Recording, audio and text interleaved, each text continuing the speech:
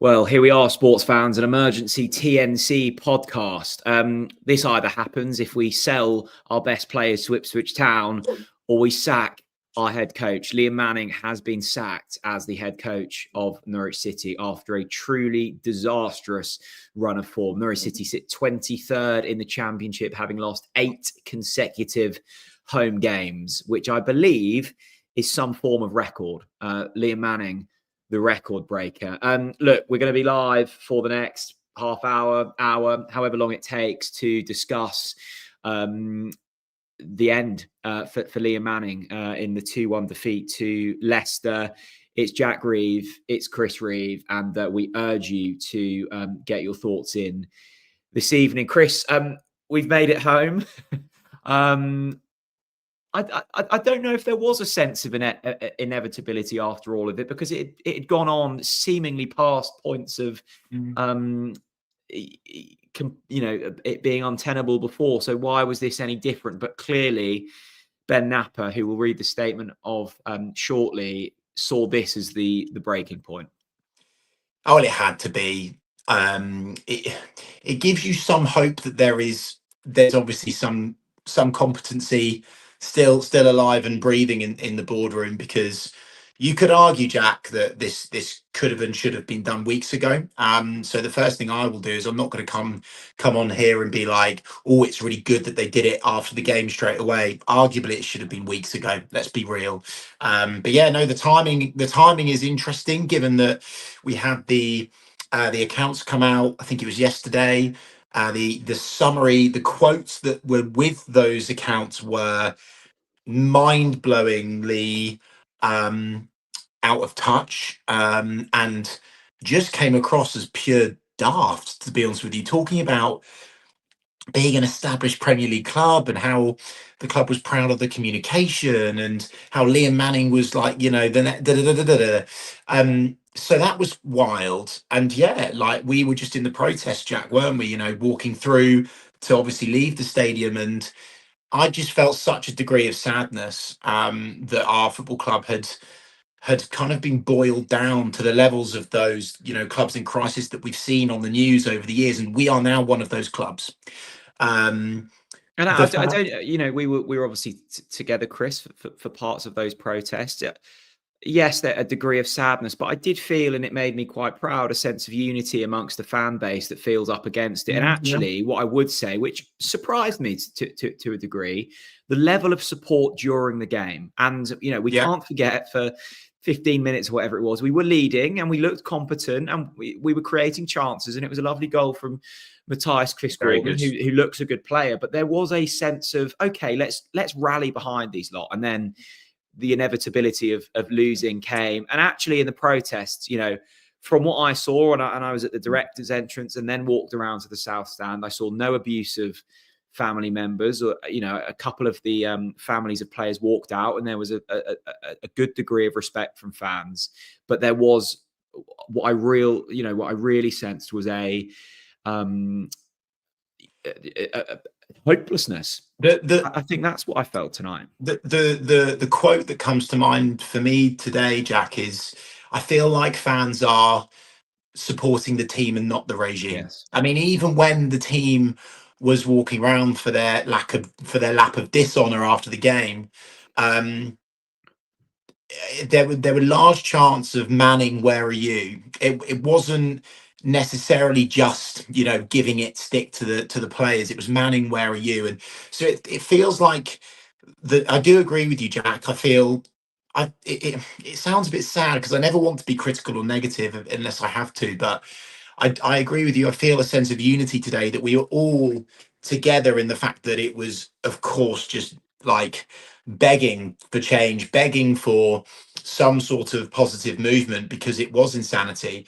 It was sunk cost fallacy. For those of you that want to look that up, it's quite interesting. It so was that situation. But I agree with you, Jack. But I still thought to myself, once we'd left those protests and I'd kind of walked up the hill again, I thought to myself, it still feels like they could wait this out and gamble our future.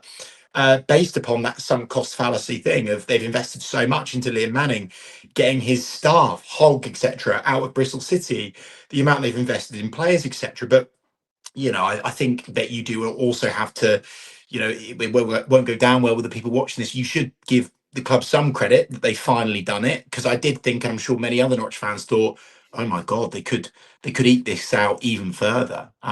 But just to finish this ramble, Jack, the thing that I do just want to shoehorn into this conversation straight away is Liam Manning's not a bad man, and there are some And, managers that and we've and had. actually, let's add to that point. Neither is Ben Napper. Neither is Zoe Yes, Webber. of Neither is Neil course, Adams. But yes. you can be good people and be poor at your job.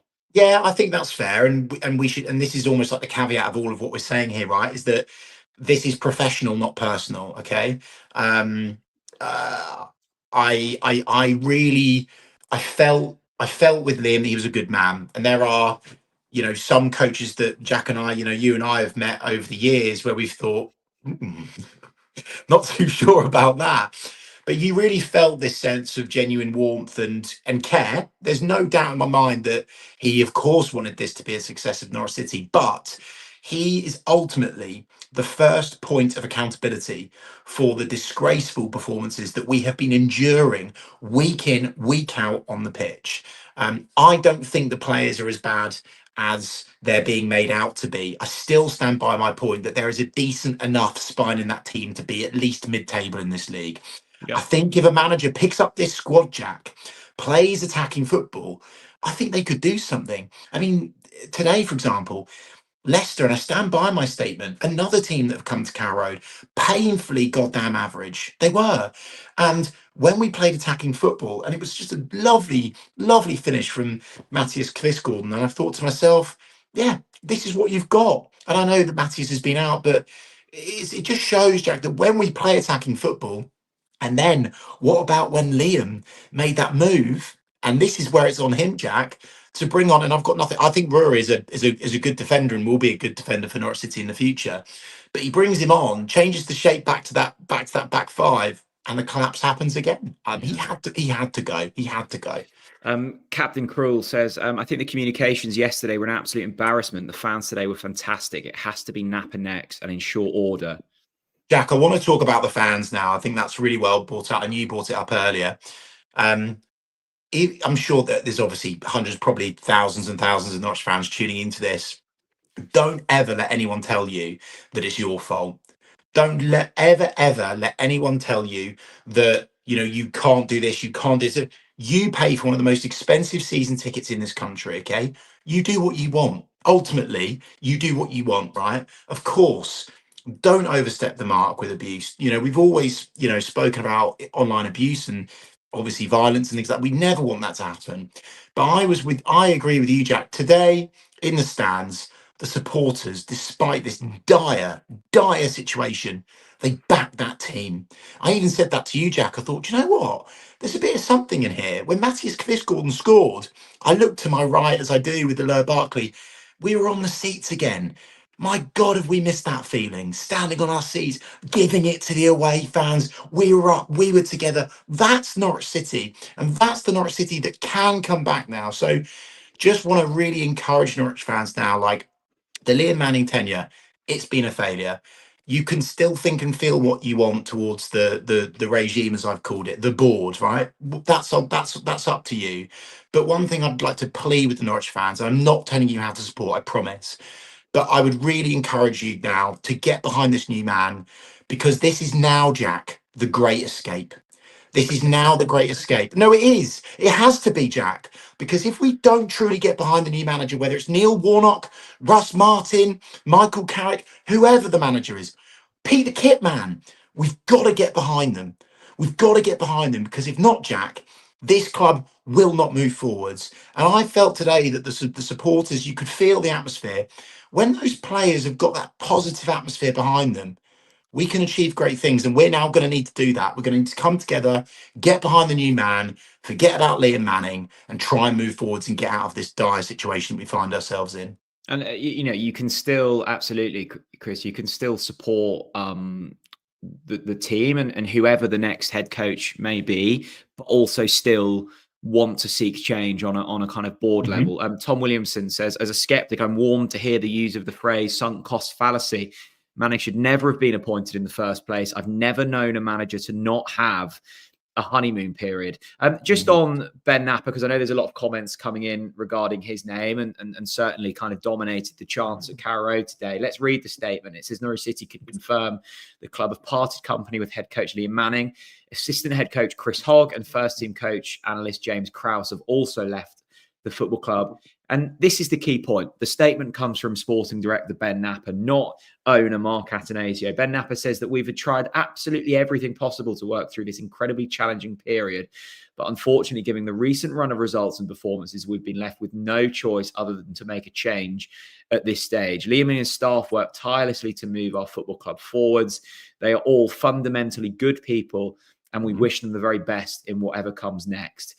We are frustrated and understand the frustration and the criticism from our supporters. So far, results and performances on the pitch haven't been good enough. We accept responsibility for that. But it's now imperative that we start to repair the relationship with our supporters and do everything we can to give them something to get behind. Finally, first team coach Ryan Gary, supported by goalkeeper coach Tony Roberts and set piece coach Nick Stanley, will take charge of the first team on an interim basis as the club works to appoint a new head coach. What do you make of that, Chris? Well, I think the most important part of that from Ben, which is really good, is understanding the healing and the repairing of the relationship between the supporters and the club. I've taken the time to speak to so many people over the last month or so, and Jack, you spoke about it today. You know, people coming up to you in the pub, etc. Me inside the stadium, and people have come up to me saying this is as worse as it's ever been. You know, I've even tried to speak to people, you know, during the Chase Out era, right? And you know, and I was a part of you know, the Worthy Out stuff. You know, obviously I was very young at the time, but I remember it happening. And even back then, there wasn't the the strength, the venom, the real anger that there is, that we saw today outside the director's entrance, and I'm sure you saw outside the South Stand as well, Jack. That didn't exist. So I'm so pleased that the club have acknowledged that the relationship is absolutely on its arse. It's on its arse. But we know, Jack, that as we've seen and heard so many times before, it's easy to do the talking, but it's difficult to do the action. And now is the time for looking people in the whites of the eyes. Now is the time for sitting down and having critical conversations with people, you know, not backslapping, not hiding, not, you know, pretending everything's okay. So that was really good acknowledgement that that the relationship is on its arse. Of course, the supporters have their part to play in that, Jack. You know, we now need to be like, well, do you know what? Yeah, they've made that decision. Let's give them a chance to do something positive now. But that was the part of that statement, Jack, that I was very pleased with. That Ben acknowledged that the relationship is nowhere near where it needs to be And successful. you know, ultimately that healing and the opposite, the kind of destruction of that relationship between club and fans, they are in control of that. That's Yeah, within their yeah. control to do so. The key thing here, Chris, you know, whether it's been David Wagner or Johannes Torup or Liam Manning, they sit under the same hierarchy, and we are now a club that We're in that hires and cycle again. fires managers, Yeah. right? So my question to you, and I suspect the question that will be on most Norwich fans' lips this evening, is: do we trust Ben Napper to make the next change? Does Ben Napper get the opportunity to Right. make the next change? Do you think Norfolk Holdings Group, led by Mark Atanasio, is Napper the next in the firing line? The comment that keeps going around my brain, Jack, is when Mark Atanasio came on our Canary Call special, and he said the following. He said, Ben needs Liam and Liam needs Ben. And I can't help but think, that's really interesting.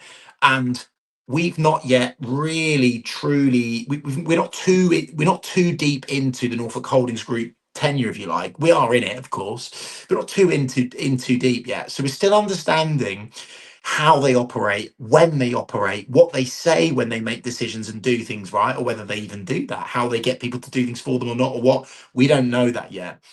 So it's going to be fascinating to me whether they will trust Napa to make this next hire. Because if, of course, they do, and he gets it wrong for a third time, then it really makes them look bad. You could argue that it's already looking a little bit bad on the ownership, that they've had to make these sackings quite quickly, and Ben's obviously accountable for that. And actually, Jack, you then start to think about the January window, and you think about the players. So it's not just about signing a manager, because now what they've got to do is they've got to get a head coach in ASAP, but they've also got to get a head coach in that will um, be accepting of Ben making decisions in the transfer window, or will they give the head coach more of a say in that? I don't know. So different head coaches have different ways of working, right? A head coach that comes in that probably thinks, cool, blimey, this is a big job, I'm at Norwich City, they might be okay with being like, do you know what? Yeah, I'll take anything. I'll work with you, fine. But a good head coach, say someone like Michael Carrick, for example, and by the way, I don't think we'll get him. I think if we got him, I would be so impressed with the club, so impressed, because I think he's above us now, sadly. He would perhaps be a head coach that would say, no, no, no, no, no. If I'm coming in, I want some guarantees, because we're in the shit right now. Are you going to give me X amount of millions of pounds to spend in the January window? which Can you they'll give get.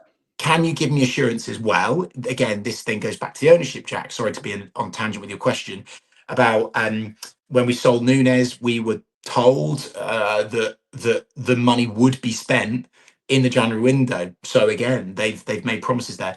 I don't know on Ben Napper, Jack, but what I would say on Ben Napper is that, again, I've never heard such a together such a togetherness on calling for his head. Like, we've of course, over the years, Jack, been in crowds where people have, some, we want Delia out, for example, but it wasn't on the level that we heard today towards Ben Napper.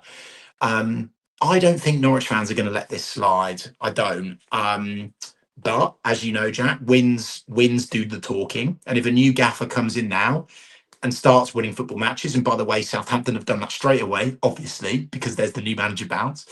I don't know about Ben. I really don't. I don't know how things will go. But I obviously wish him success. I really, truly hope that he can turn things around, and win over the Norwich City supporters, because let's face it, he's going to have to do that. And just my final thing on Ben is I'm now, and I know that the club watch what we say, Jack, because we're now off the Christmas card list again. Shock horror.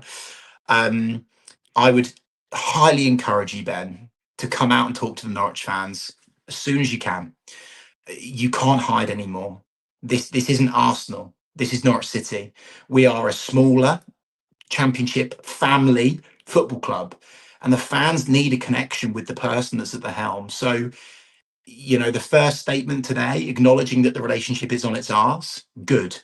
Now speak more. I don't know whether that looks like an interview, Jack, even a club polished interview at this stage. I think it's time that we heard from Ben. We need Ben to step forwards and kind of acknowledge that, maybe he's made mistakes, and obviously that won't. You And get my feeling on that. I suspect, Chris, that his boss, Mark Atanasio, will be hoping that happens as well. Well, He he said said that. He said on that on Radio your Norfolk. BBC Radio Norfolk special with Mark Atanasio, Rob asked it, I can't remember what the question was, asked him a question. Mark replies with, that's a question for Ben. Why don't you ask him? Well, the reason that they've not been able to ask him is they've been requesting, much like BBC Radio Norfolk, much like the Pink 'Un, who, once again, I will go on record and say, their reporting of this has been marvelous. Yeah. So credit to Paddy, and I know he got shot down by Manning in the press conference today. Well done to Paddy, well done to Connor, well done to Phil Daly, Chris Gore, and Rob Butler. The list goes on. I think that noise and that relentlessness of that noise has ultimately got us to a place where Liam Manning's job was untenable. And look, we like Liam Manning. He's a Norfolk boy. And we were on here, right? Going when he was first appointed, this is a good appointment, and I'm excited. But I'm not going to try and change the record. We said that, and we were hoping it was going to work. It was very clear, pretty quick, that it wasn't going to. And I think we wasted time in the in the sacking of him. Ryan Thompson asks an interesting question: that are we in an appealing job right now? And Chris, I want to bring this back to some of your messaging. I think it was last week or maybe the week before, not in relation to a managerial level, but Norwich City are still an appealing proposition to people out there. So that doesn't worry me as much. And I know that Middlesbrough are now in the market. I know Southampton are now in the market. I know that Wolves are probably in the market. So we are up against other big clubs. But I think we can still attract a big name. You are coming into a club where ultimately you can't really get any worse, certainly in terms of home form. You will have the backing of an ownership group, and we have got that going for us. And you do have some half decent players in that squad. This isn't relegation fodder. Yes, at the moment they look like that, but there is some quality in there. We saw it with Matthias Kvistgaard today, and I suspect there's a few more in there. So I think we're still an appealing job. Well, there's two sides of that story, Jack. And to be honest with you, in this raw instant reaction state, I don't know what side of the fence I'm on. On the one hand, I agree with a lot of what you've said there, Jack. And I think, yeah, do you know what? We have got fans don't like hearing it, I know, and it is annoying, but it's true. We've got a top training facility. Players spend most of their time there, coaches spend most of their time there. It has to be top, it is top, and they will be pleased that it's not a caravan in Slow Bottom Park, right? So that's a good thing. There is no doubt, and again, I'm bigging up the supporters here. A gaffer that's coming in, they want to be leading a team in front of such a loyal fan base. Carrow Road, a traditional, a proper football club, a proper football stadium, not a soulless modern bowl in the back end of the back end, right? You have got some really good players there, Jack. Sargent, Kenny, Captain Kenny, Vladan.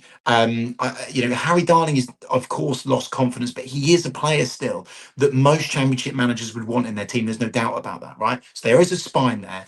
But, Jack, on the other hand, I don't think you've really thought enough about the absolute pit of shit that this football club is in right now. Like, we are in a really, really precarious position. And a manager it would take a manager with real kahunas now to come into Norwich, because it's looking like we're well in with a shout of going to League One, unless there's serious progression instantly and a lot of money pumped in January. But what I'd kind of umbrella all of that conversation with, Jack, money talks. Money talks. And so you named those clubs there, Jack. Forgive me for not remembering them, but so it's Southampton and the other one was Middlesbrough, yeah, and us. Is there another championship club as well in that? I think there might be another one. I think there might be one, but I think Anyway, that's who we're kind of. anyway, so there's those three. So what the ownership group have to do, they have to pay more than these three, much more, because they are in a stronger position. I mean, even Southampton, they've picked up a couple of results, so it just looks more attainable that they could stay up, right? So it's going to be really interesting. It's going to be a fascinating few weeks for Norwich City, and yeah, look, we're going to be covering it all here on Talk Norwich City. I think the thing that gives me hope, Chris, is I saw that the first half was relatively competent. They were that 15-minute flurry from, what was it, 55 minutes to 70 minutes, where Norwich actually looked quite good and they created chances, and there was a feeling in Carrow that maybe this was the day that we could pick up a result, and we obviously know that wasn't the case. There is maybe look, we've spent a lot of money and most of them have been poor signings. Ante Cianats, Mate Jurisic, they'll be the headline stars. But if you put the money aside, there are some half competent players in that side. Yeah. And I look at this championship table and I go, look, Leicester have Ollie Skip and Patson Daka and Jordan Knight, but they're still a poor team. And the likes of Millwall, who are now in the playoffs. If you bring in a head coach, and actually I don't want one of these kind of data-led, high, self-help book performance type coaches. I want someone to come in and just grind results out at this stage. Yeah. Just get a reaction. Say some mental stuff in the press. Get people fired up. That's what I want to see. I don't want to see behaviors and processes. I want someone to come in and shake things up. Yeah. Who that is, I don't know. That's not my job.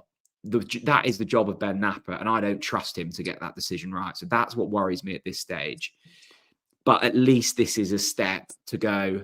We understand that there is things going wrong, and we're trying to do something about that. The thing that, hang on, forgive me 1 moment.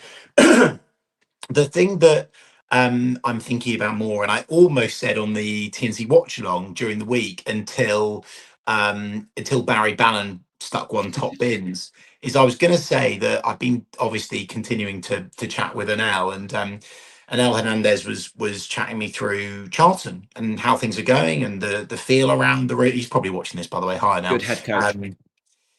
And he was talking to me about the feeling, the spirit, the fight, the desire, the why, the story, where they've been, where they could go, what they've got to achieve, what they will achieve, the relationship with the supporters.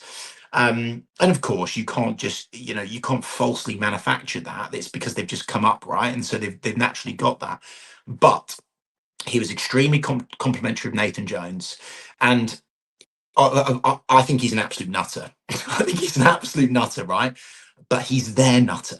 You see him up on the hoarding boards. You see the emotion. You see him like clapping with the supporters to joining a chant, right? Don't get me wrong. I think that's nuts.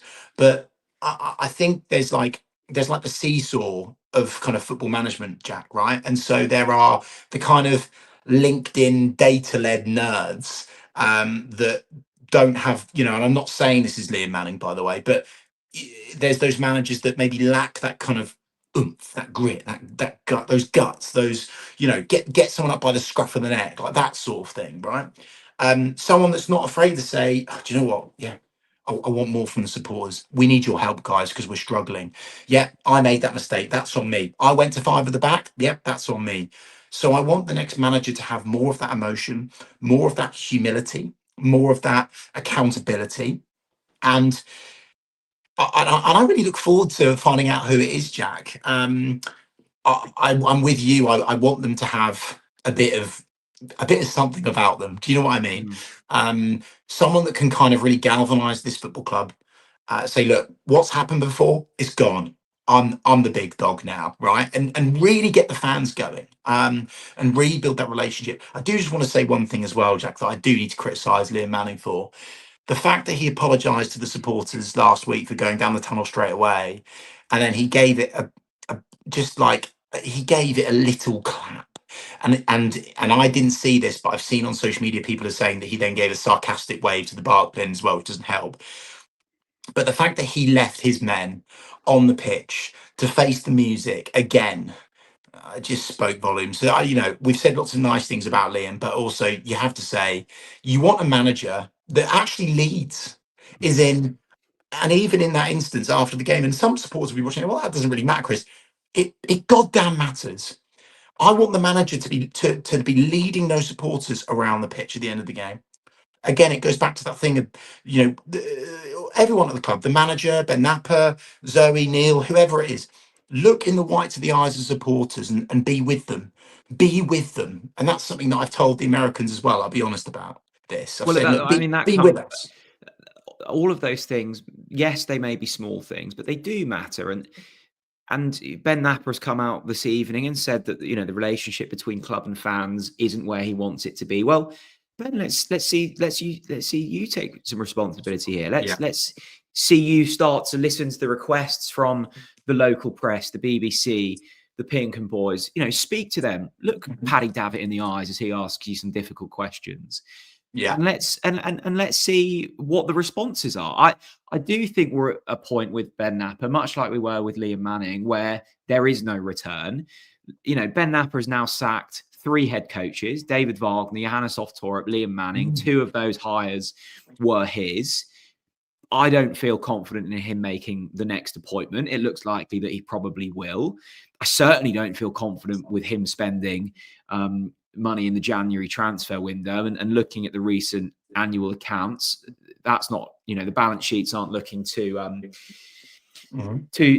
nice there. So, but we are in that interesting period now where someone's going to have to make the decision, and it probably will be Ben. But there is a likelihood is that whoever Ben hires, he's not going to be, his boss for too much longer. So it's Well, difficult.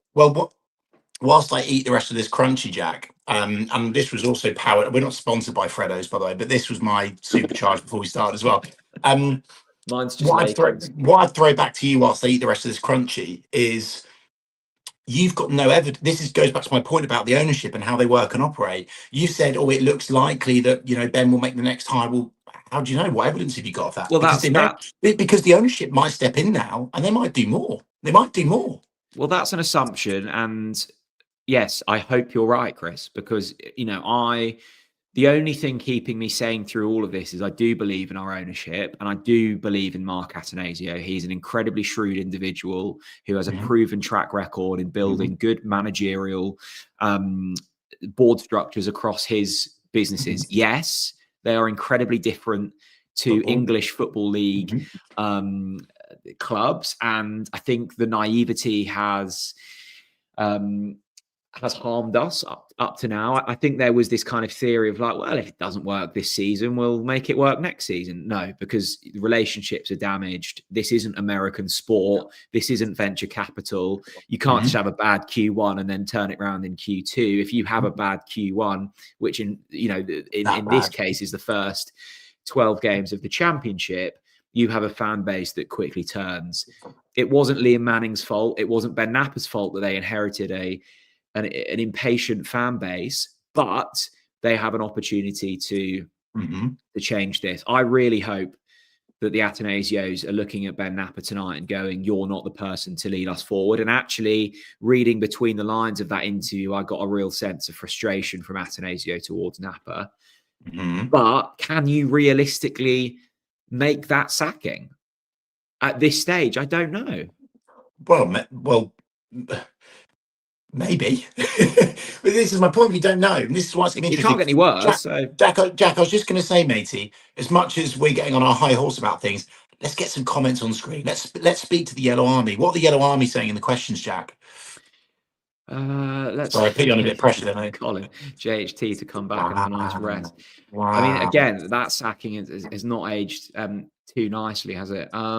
Just on JHT, I will dance around this a little bit, but I just wanted to assure the Norwich fans, not that people care that much, but Johannes massively respects the Norwich fans and the club and wants the club to do well. And that's something that I wanted to say. I think it's almost a shame now that we're in this position where many supporters this week were going, heck, if only we'd stuck on a bit longer with Johannes. I know hindsight's a wonderful thing, and what I understand about that is that behind the scenes, the relationships weren't the relationships that were ongoing between him and other staff members, players, etc. They weren't conducive to long-term success, so they probably had to do it. But I understand why people would want to feel like that. But I also wanted to tell the Norwich fans now that I know he wants to see the club do well, and he really, really has a lot of respect for the Norwich City supporters.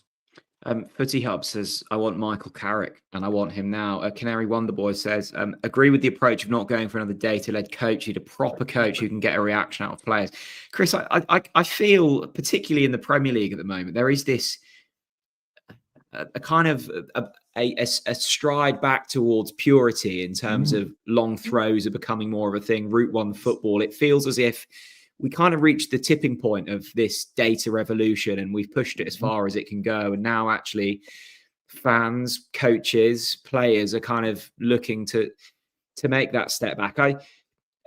Is there a world where we bring in kind of an interim manager for the rest of the season with the pure objective of survival, and then you reassess in the summer? Or do you think no one's taking that on? Wow.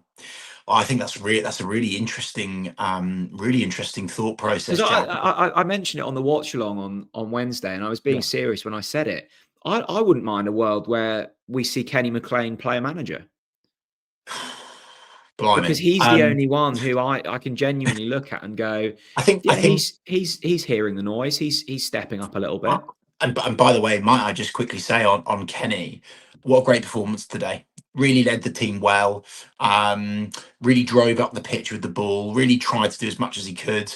I think Kenny's got enough on his plate to go into that, and I suspect that he still sees himself as only a player rather than a player, coach or manager.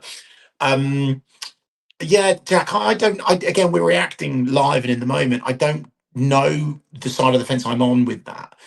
Um, I think we are, however, in the territory of we need to prioritize emotion, passion, connection over long-term project I data. agree. We're I agree. probably in that territory. But at the same time, I do have this glimmer, this slither of hope that actually it's not going to take this. It's not going to take too much for a really competent coach that can really connect and galvanize the supporters to get this club moving in the right direction again. It's about momentum, Jack. Right? If a new coach comes in, and by the way, I know this is pie in the sky stuff, but if a new coach comes in, and there's a run of fixtures where we get 3 or 4 wins on the bounce, boom, you're out of it again, Which, by right? the way, that fixture period after the international break, some very winnable games in Yeah. there. Oxford, Yeah, QPR, but I was gonna, Portsmouth, I think. but to finish my point, Jack, is like on the data stuff, right? I'm definitely not sitting on here being like completely anti-data, right? I think data, can support a lot of really good footballing decisions, and of course, it's worked wonders at clubs like Brighton, at clubs like Brentford. So it's not completely crap, right?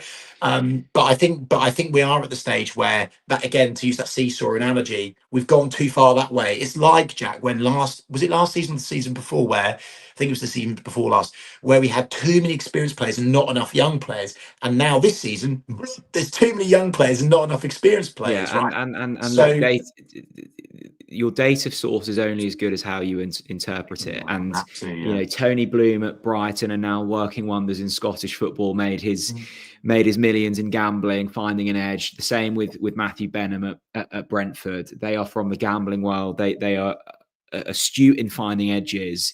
Do we trust Ben Napper to make those similar decisions based on the evidence so far? No. This is an interesting one from Declan, who says, what will Manning's legacy be at Norwich City beyond being our worst ever manager? Now, that is Well, that statistically true. He is on paper the worst manager ever. I think that for me, that the legacy of Manning is almost wider than Manning. It's a man that did remarkably well at Bristol City, has had an upward trajectory in his career, is a good coach. I believe that you don't become a bad coach overnight. I think with the joy of hindsight, was this the right job for him? No. I don't think he played into the local boy, passion angle enough at the start. I think that would have won him more fans, and I understand why he didn't do that. But I think ultimately the legacy of Manning goes hand in hand with Napper of this has been a failed project, and he was a part and a fairly big part of that failed project, but it's wider than Manning. And I think, his tenure went on too long. I actually think that his overriding emotion this evening will be one of relief, that he's yeah. been let out of this horror show. And he was Not acting. let. Well, There hang was on, Jack. No, not let off. Paid off. I think it's important that Oh you yeah, say that. oh yeah. He's laughing all the way to the bank. Again, that 4-year contract. Norwich will say that was the only reason they could have, the only way they could have got him into the club. So yes, him and Hoggy and Kraus will have all been paid off handsomely, and that is another crippling financial move in what's been a disastrous year of finances for Norwich City. But it will be a stain on his CV, and rightly so. Um, I get a feeling that he's lost a little bit of his mojo, and I actually wouldn't mind seeing him take a little bit of time out to just reassess where he's at with things. Um, there's no other way around it. Liam Manning departs Norwich City having never picked up a point at Carrow Road. I mean, Do that you know? is Yeah, disastrous. yeah, yeah, it is. Yeah, it is. It's so sad because of course we wanted it to work, right? And I see now a lot of people, jumping on. What really frustrates me is people that jump on, positivity and hope and optimism, to try and build themselves up to make someone, to put someone down. And I think it's a shame now that people are going back to the oh, we're getting behind Liam Manning stuff. Da, da, da. Of course you're going to do that, right? We all wanted it to work for Liam, but I agree with you, Jack. Like, you have to own the fact that it was a failure, a complete failure, and the facts are he is the worst we've had. He is, and that's a fact. That's not a feeling. That's a fact, and there's no debating that. So yes, it's sad and it's a shame that he'll be remembered in that way. But ultimately, it was the set of circumstances that he walked into, the group, the feeling around the club that he inherited. But he's not void of all responsibility at all. He should take ownership and accountability and responsibility for the fact that the tactics, I would call them, they got to maybe dartboard selections, throwing darts at a board and seeing if that works. Today we had all out attack. We had Shane Duffy back in the team the week before, even though he was told that he could leave in the summer. Yeah, And that then dropped. yeah. So it's mad, it's sad, it's bad, but it is what it is. And that's that chapter in time.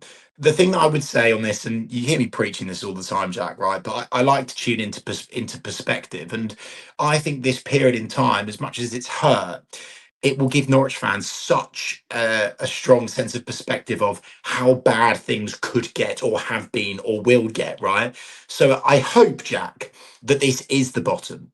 I hope this is the worst it will get, and that Norwich fans can reflect on this time and go, well, at least we're not back where we were with Liam Manning. Like, and I hope that Norwich fans can maybe use that to move forwards, and kind of appreciate the incremental gains in the future. Does that make sense? Or was that a word salad? No, it was a little bit, but Oh, the sorry. point stands.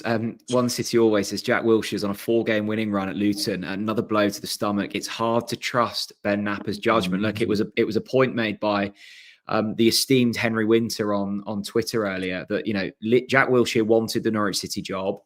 Ben Knapper opted away from Jack Wilshere, mainly on an experience point. And look, at the time, I was kind of on board with that. It would have been a risky move to give Jack Wilshere the job. But again, it comes back to a But Knapper you, judgment point. I, I'm I'm But actually, just quickly on Jack yeah, go Wilshere on. as well, the reason that that's working so beautifully, Jack Wilshere came through the academy at Luton. He's a Luton boy, right? There was an Good. instant sense of connection and buy-in from the fans. And actually, maybe that's what Norwich City needs now. And I'm not saying it's a Norwich person, because we've been there and we've done that and it didn't work. Mhm. But that fan connection, fan morale, and sentiment can carry you a long Yeah, it way, can help. It can help. regardless of playing But style, tactics, but whatever. on Wilshere, Ben Napper was damned if he didn't, damned if he didn't. Because essentially, if he'd hired him, he would have been lamented, blasted with, well, you've hired your mate. You've just hired your mate. And I'm not happy that you've brought in your mate and he's undermined Johannes and da da da da. So that was a strong feeling at the time. So I'm not aboard that we should have hired Wilshere bus myself. But what I do know is that the Norwich City players at that time, I think they probably wanted him to get it. Yeah. And I know for a fact they hugely respected him. He had really good relationships with staff and players. So I think I kind of feel with Ben. I think Ben Napper did make the right decision there, but of course hindsight's a wonderful thing. He then brings in Liam Manning. I think you'll have strong points on this, Chris. BND says, is this squad actually good enough to grind out results till January to not be cut hopelessly adrift? After today, I'm not so sure. Sorry, what was it? I just want to address them. What was their name? Sorry. BND. B BNDH2011. Yeah, look, I have nothing to refute that, challenge that. I have no evidence to support the fact, I am blind hoping, I'll be honest, I'm blind hoping that we've got the guts, that this team have got the mental minerals. But so far this season, I've been well and truly proven wrong with that. First bit of adversity we get hit by, it's game over. We And saw do it you think today. that can change simply through a Yes, change of head yes, coach? You yes, do? I do. Yes, I do. Yes, I do. I truly believe that, Jack, because it's about belief, hope, um, communication, clarity of instructions, roles and responsibilities, positions. I think that can change, but I have no evidence to back up my backing of the players. I don't, but I think it's a very valid point brought up. This is a name that has been brought up probably more than any in the comment section this evening. Gary O'Neill. Yeah. Up for a bit of Gary O'Neill? As I said in the watch along, Jack, I'm honestly at the point now where I would have taken anyone because I just wanted change. Like really seriously, I was as low as that. I would have had Pete the Kit Man at the helm. Like really seriously, I really seriously, I was at that point, mate. Um, Gary O'Neill, Gary O'Neill was obviously being spoken about around the time of when we were hiring Manning. I think Gary O'Neill would have gone for it. Do you think he'd want it now? But would he want it now? I'm not 100% sure. I can't give any intel on that. But I do know that he probably wanted it before. But now he's been, in the conversation for the Wolves job, and Well, all of he a sudden won't he's get the going Wolves from job. no, but hear me out. It can change your perception of what people think of you from the outside. Because if at 1 minute you're like, oh, I might have a shout for the Wolves job, to you're at the basement of the Championship. Again, is that? But what Gary has got, Jack, is those things that we spoke about. That Nathan Jones factor. Gary O'Neill's got that. And I think that's what we need above I like, anything at I this like, stage. I like, I like the way like, again, I know it's a small sample size, but if he communicates with his players like he communicated his tactics and philosophies on Monday Night Football, for example, I think it's an option. But I'll be honest with the Norwich fans watching this right now, I've not had the time to think, feel, and reflect on Liam Manning, let alone who's next. To be totally Yeah, look, honest with you. and obviously the excitement around this turns to who's next, and that's always an interesting thing as a fan. We will reflect on that over the coming days and weeks. We obviously now go into an international break, so there is time to Yeah. assess this. We'll be obviously be back for the podcast on Monday, so we'll discuss that then. Chris, let's try and wrap things up. I mean, where's your head at as we sit here at 10 to 9 on a Saturday evening as we face up to the final international break before March, with Norwich 4 points adrift, 23rd place, 8 consecutive defeats at Carrow Road, 7 of those being league matches. I just can't believe, and I was kind of stood there this evening as the protesting was going on at the director's entrance, then round to the south stand, and I was just looking around going, how have we got to this point? I know, I get that, but where I'm at, Jack, now this is quite a cathartic process, so thank you for getting me through this. Where I'm at now is it's now Project Great Escape. It's now Project Great Escape. Okay, the Norwich fans made their voices heard, and we got what we want, part of what we wanted, right? Which was we We've got a needed to quarter change. of what we want. Well, What I want. some people got the only thing they wanted, right? So we have to be balanced here as well, Jack. So we got what we wanted, which is a change of head coach, right? So we got that, and now it's about Project Great Escape. So for me, I'm now straight away thinking about, let's get behind it, whoever it is. Pete the Kitman, Russ Martin, Gary O'Neill, Michael Carrick, whoever it is, Neil Bloody Warnock, for God's sake. Let's get behind them. Let's really get behind them. All right. Because if we don't get behind this new manager fully, we're not going to survive. And it's now just about surviving in this league. So I think what I want to do is just try to get myself in this position of like, what's gone is gone. Let's not even moan about Liam Manning anymore. Right. It's done. He's gone tonight. It was rubbish. Let's move on. All right. Now I know that people are already thinking about, well, you're Ben Napper and Zoe and Neil Adams and da-da, and I get all that, but I do fundamentally, in my heart of hearts, Jack, believe we can make massive progress now as a club with fresh impetus in terms of a new head coach. And that's where I'm at. But look, after a couple of days of stewing on this, before we film the podcast, maybe I'll be saying some different things on Monday. But that's the life of a fan. Fanatical is in the meaning, right? We're emotional. And maybe my final thing as well, Jack, tonight is what you've said already. I just want to give massive credit to the Norwich fans. I want to give massive credit to the Norwich fans because the way that we've been communicated with, the way that they moved the supporters without consultation, some of the stuff that's been quoted about, you know, certain areas of supporters, etc. And today we backed our team, and I think Norwich fans can be really proud of that. That even if you're not a fan of the, you know, certain individuals or the board as an entirety, you backed your team today, and I think it would have been. I think people would have been well within their rights today, Jack, to turn up and stand there with their arms folded and go, "No, I'm not giving. I'm not doing it."